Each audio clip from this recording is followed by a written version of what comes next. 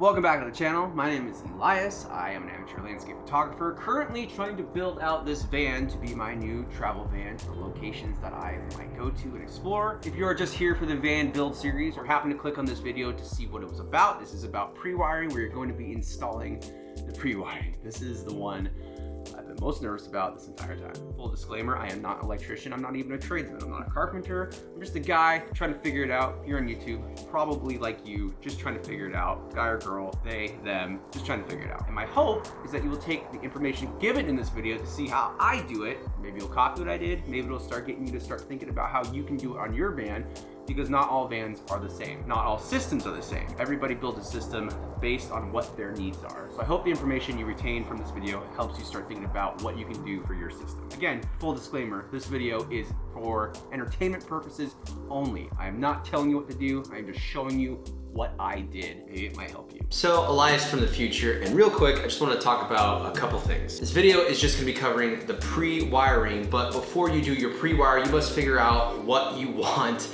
as far as power inside your van. 90% of what we're going to be doing here is going to be a 12 volt DC that's direct current system. The other 10% is going to be a 120 AC that's alternating current system. Now this all depends on what you want. I wanted some wall plugins, that is the 120, 110, 120 volt system, to plug in stuff like my laptop or my drone, because both of those take 120 volts to charge up. If you want something like a microwave or a blender or something that you need an actual wall outlet to plug into, I highly recommend looking where you want those in the van, because that's something you're gonna have to plan out to run the wires to the places that they might be in your van. Most of the wiring we're gonna be doing is a 12 volt DC system that's direct current, which is the most common electrical system you will find in RVs, vans, cars, that type of thing. Think cigarette lighters or things that you plug your phone into with a USB to plug your phone, or any other kind of charging system that runs off a USB charge port. I'm gonna be having a 12 volt fridge, 12 volt lights, 12 volt plugins, 12 volt heater. Everything is going to be 12 volt with the exception of the 2 wall outlets I'm gonna put in for stuff like my laptop or my drone. I will be making a video way more in depth about this kind of stuff when I actually go to wiring everything and how you need to do that. But this is the part where you need to figure out what kind of power you want in your van. Second thing you need to do is figure out what kind of power sources you want charging your battery bank inside your van. You have 3 options for this. The most common, the first one, is solar, which is the most widespread used in off-grid van life van builds. My van actually came with the solar panels already installed with the wiring coming through, so I won't be covering how to install a solar system. I just wanted to mention that because solar is the main power source of every van life or off-grid system. Second most common is what's called shore power. Shore power is an external plug on the outside of your van or RV where you can pull up to your house or a camping spot that has an RV plug-in and literally plug in an extension cord with some kind of pigtail if you need one, and you'll be pulling power from that power source, like my house, with an extension cord into the van, and that will be charging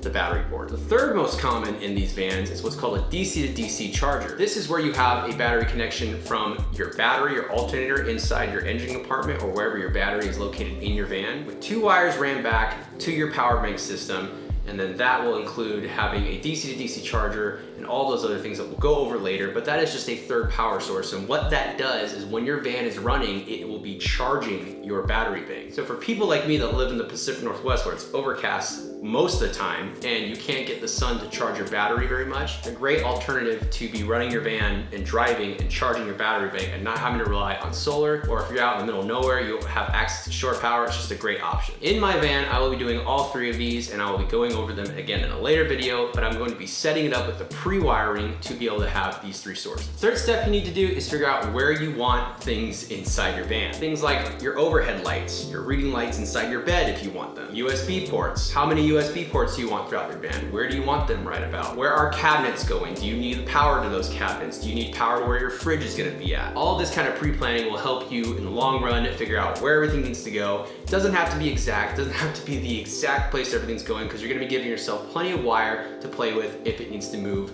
in any direction. I highly recommend also making some sort of wiring diagram. You can find plenty of those online to actually build yourselves. I went ahead and made my own through a PDF builder, but it pretty much just outlines everything that you need to do where the wires are going to be going. This is extremely useful. So A, you know you have a plan, a drawn out plan of where everything's going to go. You can do what I did and use a highlighter and highlight the lines that you already installed, so you kind of work your way down so everything's highlighted and you know everything's installed at that point. For the DC system, I went a little bit overboard because at the time I did this and ordered all my material, I still didn't quite understand what wiring you needed for the pre-wire system. So I went to the biggest wire I could find, which was a 12 gauge wire. This was not needed unless I was literally gonna be running everything on the same circuit, really, but we'll have the exact same wire in the description below that I used. But I'm telling you right now, unless you know exactly what you're doing with the wires you need, you do not need 12 gauge wire. You can easily get away with 14 and probably even 16 gauge wire. If you've been following this van build, you will know that I bought this van pre-built out. It was really shitty. And one of the biggest things I found that was super janky after doing all the research on how to do wiring and pre-wiring, anything electrical in a van, is the guy that built it before me used solid core wire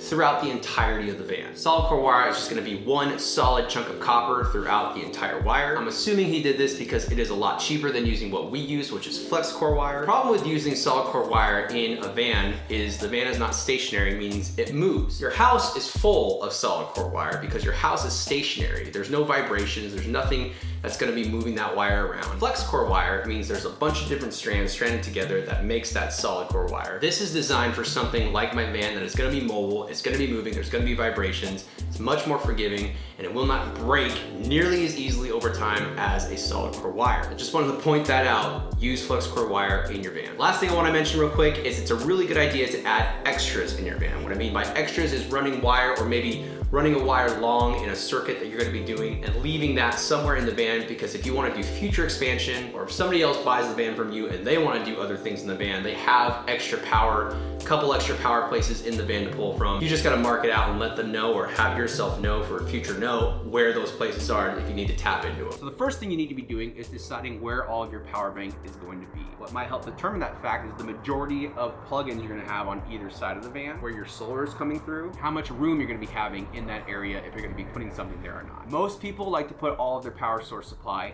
in the garage of the van, which would be under the bed. This is where the bed will be. Underneath this garage area. So once you have an idea of where you want all of your solar and power system to be located, its home, its hub, if you will, the idea is to run all the wires that are going to be plugging into your system and into your appliances / plugins throughout the van. The first thing I need to do is figure out where all the wire is going to be coming through in my power area, and I want it to be coming through one central gang box. All my power stuff is gonna be over here. I don't know the location or the order everything's gonna be in, but I want it to come through here. So J box here, and I got this one because it's something I can actually mount to the side of the stud for stability. I have these other mud boxes, as they call them, where you can only get one screw in between, not the sturdiest for all the wires coming through. So I wanted to use this one. The problem is there's a back on it, so I need to go ahead and cut this out, but I'm just going to be mounting this here, and it's going to all be coming through this area.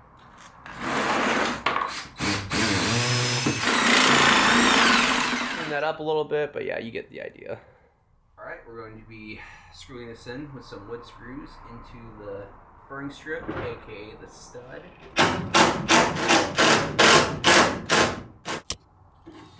Solid.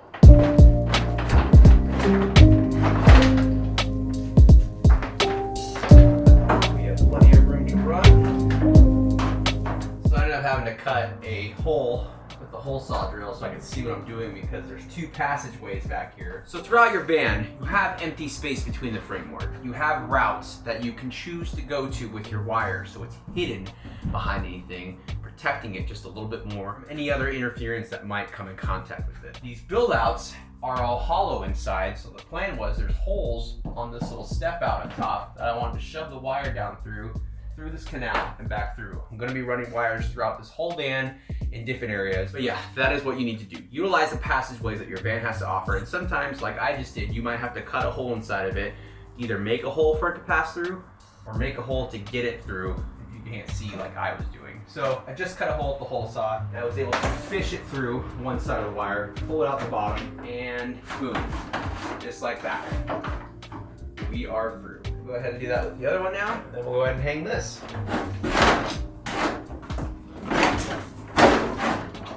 First thing I'm going to do is cut off piece of this grommet, this rubber grommet that I bought. I'll put this link in the description below. This is a really good, pretty inexpensive alternative to buying like rubber grommets or ones that are pre-made. We'll be hanging these little adhesive things by 3M. Just peel it back, stick it up top, and you're able to fit a zip tie through it to hold them in place. Just gonna do a quick cleaning up here so it has a clean surface to adhere to. These are zip ties, tie them up. I think this kind of goes with everything in every trade. You don't fasten something down, you don't tighten something down unless you know you're 100% done with it. I don't know if I'm gonna have to run wires through here later, so I'm not going to fasten these down yet. We'll go ahead and leave these circles just in case I need to run another wire through there. Just like that, ran our first wire. Only took an hour. Oh my God. Now the solar is ran, I'm going to highlight it to know that I've already completed that one, positive and negative. And now, since that one was such a pain in the ass, I think I'm going to do another easy one, which is going to be these back two LED lights to the switch for the bed area fans. Go ahead and figure out that routing right now. I apologize, it's getting a little bit dark, but this I have finally decided is where I'm going to put the actual switch for the lights up top. I figured if I'm laying up in bed, I go ahead and hit it. When I'm climbing into bed, I go ahead and hit it. This is going to be the spot. Now, the routing is going to come from the central control game box down below, which is where all my wires are going to come through. It's going to run along here, up through this guy, out here. I'm going to pull some wire through here, and then I'm gonna run it across and then back that way towards the bed area. And start unraveling my 12 gauge wire. Now again, I know 12 gauge is a little bit overkill, and you know, that's my bad. But that would be overkill than underkill. It wasn't that much more expensive. So again, this is a marine grade 12 gauge wire. Run it through our game box. Somehow run it up here. A lot easier than I thought it was gonna be. Oh, got it. Yes. All right. So this is where my switch is going to be. So what I actually want to do is run this cable out where it's going to go. Go ahead and shove this one. And voila. Install my stickies. Give it a good clean real quick.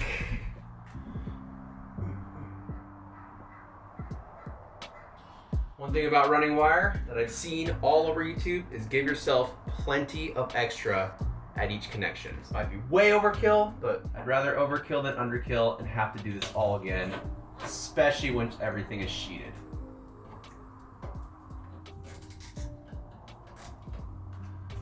There's that. Coming back to this switch, I want to give it the same thing I did over there.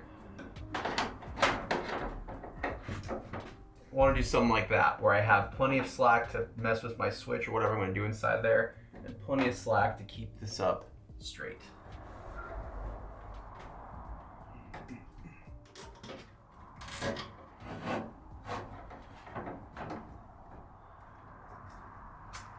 Oh, all right, the moment of truth.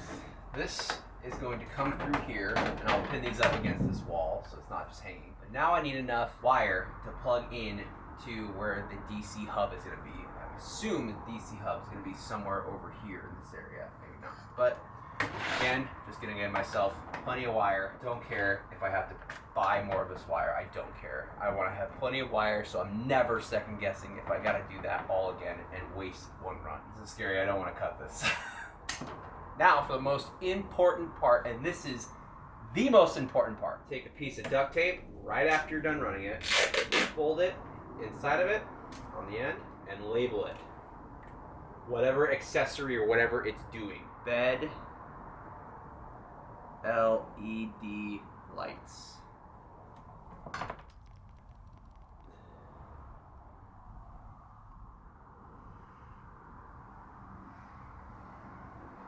There's something extremely important to do. It is that is to remember to label everything that comes out of here. Everything. Anything coming through, these are all, you have no idea what they're going to. So as you run them, label them, just do it, make it a rule. So I'm gonna highlight this, mark it off my list. As I go, that's how I know what's ran. And I'm gonna keep trying to knock this out before it gets too dark out here.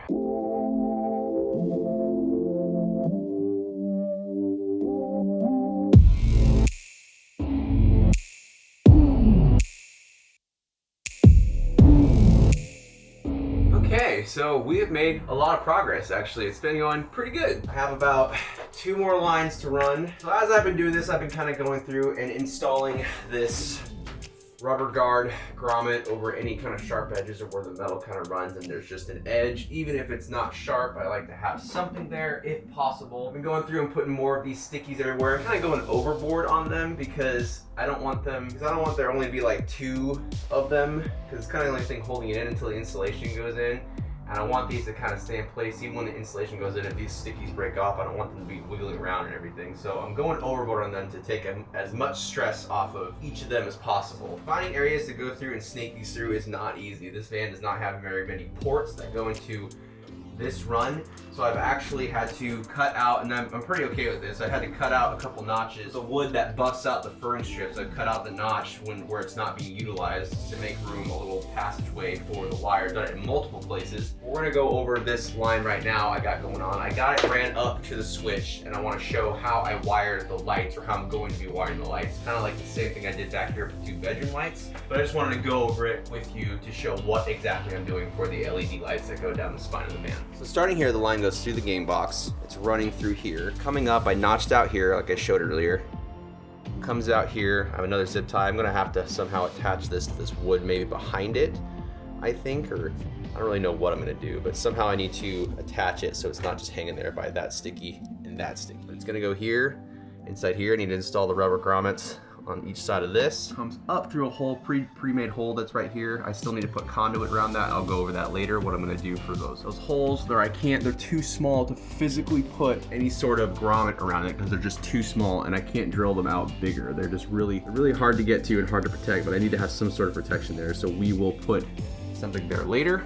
Anyways, continue with this line. It runs up here, goes through this pre-drilled insert in the metal, comes out the other side. We're running along here, and I had just enough wire. When I say just enough, there's enough room for extra. I'm trying to put a lot of extra wire on both entries, but I had just enough wire to come to the switch. Now, this is okay, because if this was one continuous line and it continued to the LED lights, I would still be cutting it right here to make my connection for the light switch. What's not okay, run out of room here, splice it to another line to make up to here. The more connections, the more room for fail. Obviously, you have to have connections at places like your light switches or where it comes off to the lights, but you want to avoid random connections. If your line isn't long enough to make it from connection to connection, you need to get a new line. You do not want to have more connections in your line if it's not necessary. So it comes out to the switch, and what I think I'm gonna do is have the next line go back through the J-box switch, run along here, and I need to find out where exactly I'm gonna want my LED lights throughout, and I'm gonna come back up here and have it start here, utilize these to go through, another light. I only have 6, so I need to figure out again the spacing of them, and then it'll just keep going through, and I'll do that right now. This is having a spool, and I'm gonna be passing through these inserts in the van I'm gonna be utilizing. I'm actually gonna be starting at the very end. So what I'm gonna do is I'm going to go ahead and wire it up, and I'm gonna walk through what I did and why.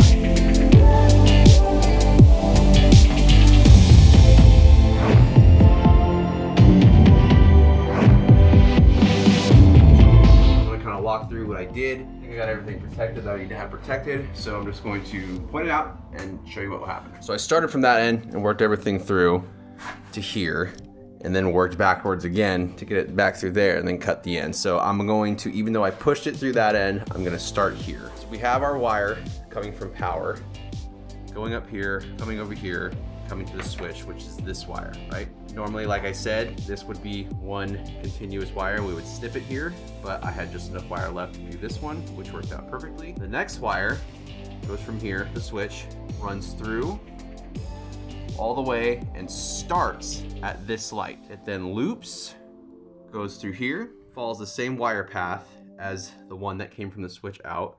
So it comes through here, goes in here, comes out, just a couple zip ties to hold it in place to our third light. So we have 1, 2, 3, 4. This then runs behind here. Put these protectors, these little grommets on here to protect it from just this bare metal. It's not sharp, but it's, edged. It's the edge of a metal, and I don't want anything running on any edges. Comes out this side, runs up through this little hole here.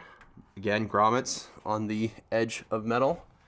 Comes out this side to a loop to this light and ends on this light. This hanging down is like this long, and I think that's plenty to do. Now, that is the path of everything. Again, from the other way around, this light to this light, through here, to this light, to this light, all the way back here to this light,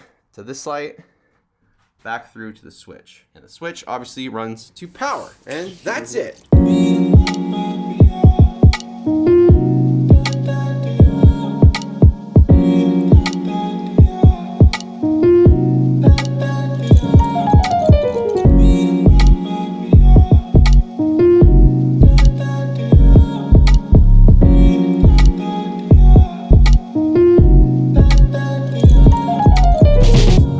Finished all of the DC 12-volt wiring. I'm very, very stoked. Sorry if it's noisy. It's actually Super Bowl Sunday, and I had no idea. Out of two 100-foot rolls, I'm left with about 20 feet. That's pretty damn good. I'm guessing the amount of wire I was going to need. I kind of just did rough measurements of it, but that worked out. That's sweet. Now it is time to run the 120-volt 12-3 wire. That's 12-gauge wire. There's 3 wires in it.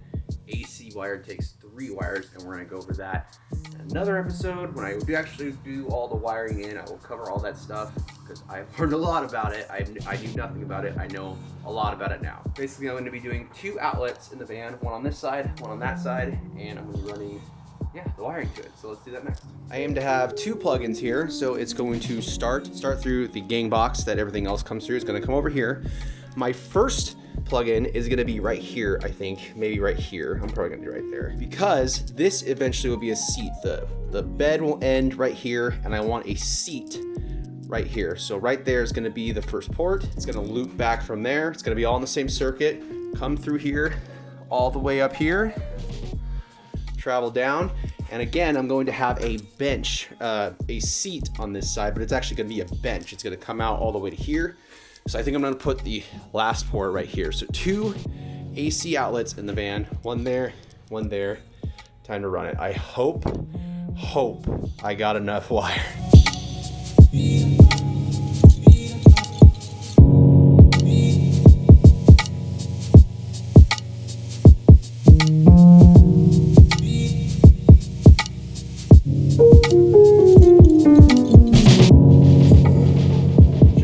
Up the AC 120-volt line. I did have to cave it. Dude, it was just, I probably could have gotten away with it by shortening that up and moving it over here, and maybe I will, who knows. But for now, I went ahead and put the outlet here. I don't have another mud box. I will get another one because I gotta go to Home Depot at some point to get a bunch of other stuff. But I have it coming through the gang box, the central control gang box where everything's coming out, running through to the first outlet, which is going to be by this bench when I build it, coming up through here behind all these wires.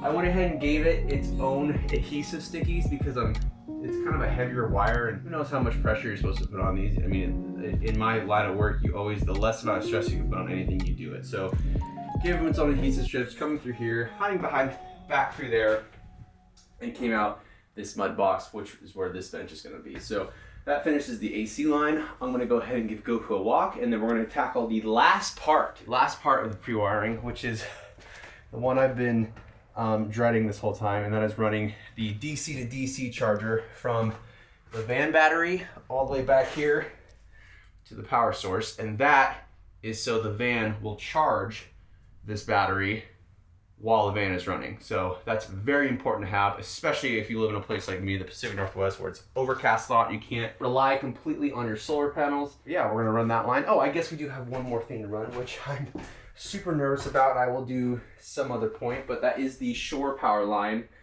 where I have to actually drill a hole in the van to connect the shore power. I gotta really work myself up to that one because cutting a hole in the side of the van, I don't know why, that terrifies me. But let's go ahead and do this. Most batteries in Sprinter vans in this kind of style van are located right here. Well, here it is a solid plate. There's nothing here. The battery is actually in the engine compartment. Bummer part is I opened this up and found that this is completely rusted through, which really sucks. I'm gonna have to figure that out. The plan is to run the cable from back there through here somehow. Gotta figure that out. I need to run it up and through the firewall. And thankfully, now hold on a sec, this is where the good news comes in. Thankfully, they leave a port in the Sprinter van for something to pass through. So they have this little rubber plug that goes to that little guy that goes directly through, so I can run the batteries through to the actual battery itself. So I'm probably honestly just going to use this thing, and I'm probably just going to cut a hole in it where the wires will pass through. Probably call that good if I'm being completely honest, but they'll come through. We'll put them here. We won't connect them now because we don't need to connect them until we actually wire everything in.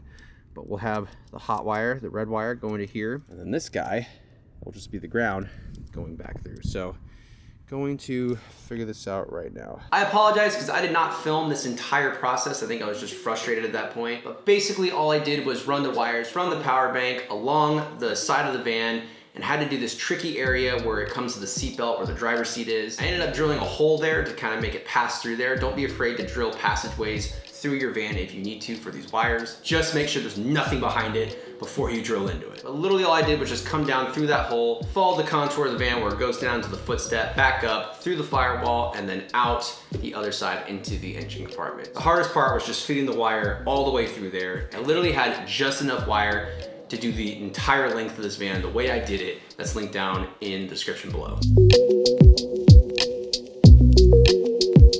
And that concludes the entire pre-wiring part of the van. I know this is a long video, but I wanted to cover it in detail to show exactly how I did it. Again, I'm not an electrician. I'm just someone who's researched a ton to do this kind of stuff, and I'm sure there's a million other different ways to do it. This is just how I did it. If you're watching this video and you see something that might be much more efficient, go ahead and leave it in the comments below. The whole point of doing these kind of videos is to help try to spread some knowledge to people who want to do this themselves, much like myself when I first got into this. Again, I will be doing a separate video when we actually wire everything in on how all of this kind of ties together with the system you're gonna be installing. I also wanna make mention that I personally took my control monitors that I'm gonna have for my heater, for the battery monitor, and for the inverter that I had, and I ran those behind the wall as well. You don't have to do this. You can figure out what kind of system you're gonna do after this, and then put the monitor wherever and have the wire hidden. I already had this figured out though, so I went ahead and put those behind the wall so they're completely hidden. That's gonna do it for this video. That is for the pre-wiring. I'm so sorry it was that long. I feel like this part of the van build really intimidated me because I had absolutely no idea what I was doing. I felt extremely comfortable after I did a ton of research and watched a lot of other videos and listened to other people do it themselves. I will say for me from the future, my van is fully functional and everything worked out exactly how I wanted it to, so I'm very stoked that all this research and all the hard work paid off in the end. Thank you so much for watching, guys. If you got any value out of this video, please hit the like button. It does help me out a lot. If you want to follow along on the van build or you just like landscape photography and travel videos, hit the subscribe button. I do put a video out every single week. Thank you guys so much for watching. We'll see you next time. Later.